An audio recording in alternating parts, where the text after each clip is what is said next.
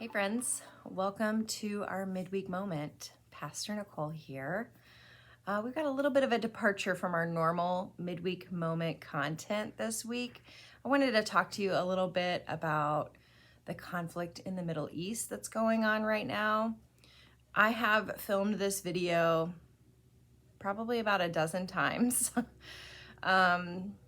Trying to find the right words, and I've just come to the conclusion that there are no right words.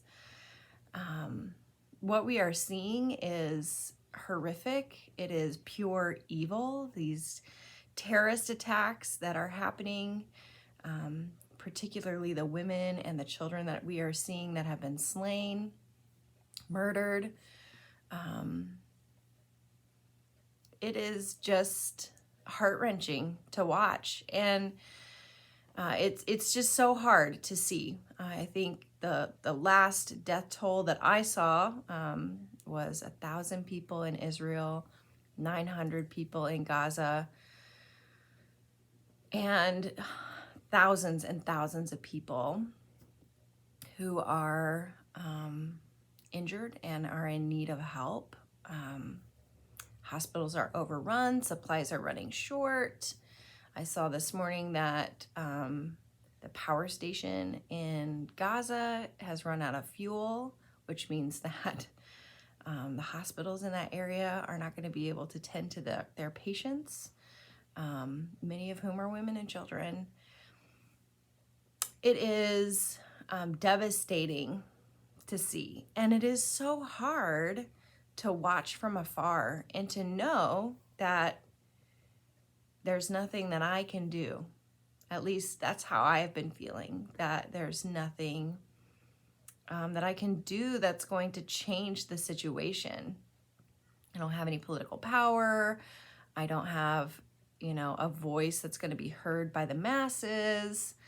And that can be really hard for us to just kind of sit and watch these atrocities and kind of grieve this loss of life that we are seeing.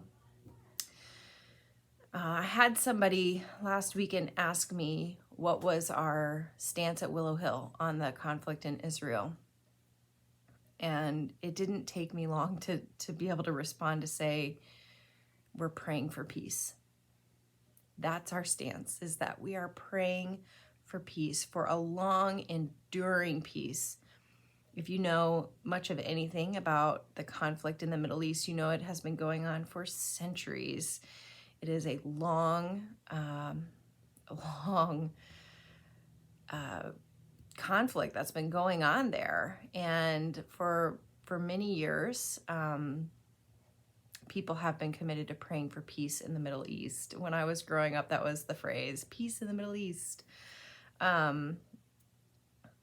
Those prayers need to continue. Our peace has not been reached, right? And so as we see these horrific terrorist attacks that are kind of overlaid onto this already conflict-ridden situation, it stirs up just a lot of emotions, as you might imagine. I have friends in Palestine and in Israel, and my heart is just breaking for them that they have to endure this. It's so awful. So I just wanted to say that I know that there's this feeling of helplessness as we sit in our comfortable American lives and watch these atrocities happening overseas. There's this feeling of, this feels really heavy, it feels really important, and yet I'm going to work, or I'm going to school, or I'm just living my normal everyday life. And it can be really hard to kind of reconcile that. How do I hold this conflict, this heaviness, and live my life? And I don't know that I have an answer for that, other than to say I think sometimes living in that tension is important, because it reminds us that we're not isolated people, but we are a part of a world community that should love and care for one another. And that when we see these sort of things happening, it should make us feel awful. It should cause grief in our hearts, because those are people that, are suffering, and those are children of God. Those are God's beloved children who are suffering. And so when we see these kind of things, I think, yes, we should have that tension of like, oh, I'm going to my kids' soccer game and I'm seeing news updates about these terrible bombings and terrible things that are happening. And I think it's important for us to hold that intention, because it should, I hope, lead us to pray. And while sometimes I feel like a lot of us think, well, what's prayer going to do? It just feels like the least thing that I could do. I would say that prayer is the most important thing that we can do, to hold the situation in prayer, to pray for those who are suffering, to pray for those who are causing the harm, that they might see the error of their ways and change their minds. I believe in the power of prayer, and I believe that we should be praying for deep, lasting peace. So, I just wanted to share a little bit about what's on my heart.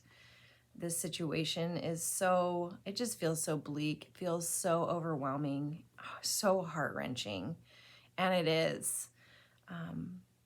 But hopefully feeling that heaviness will lead you to pray.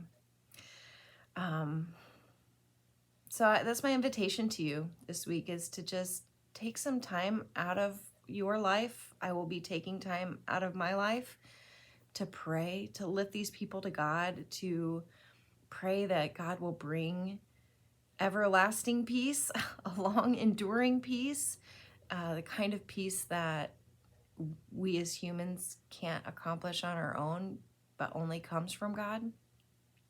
I'm going to be praying that God will make a way where there seems like there is no way. So I invite you to join me in praying for Israel, praying for Palestine, praying for the conflict that is happening there and these horrific terrorist attacks that they would end, that Hamas would cease attacking and killing innocent people, and that God would bring an enduring peace. So please join me in praying this week and in the weeks to come, however long this situation lasts. And I want to thank you for your compassion. And if you're feeling that heaviness, know you're not alone. If you're trying to reconcile, how do I live my life and hold this heaviness, you're not alone. We are all trying to figure it out together. But it just means that we're human and we care about one another, and that is important. So thank you for your prayers. I do believe they make a difference. We'll see y'all next week.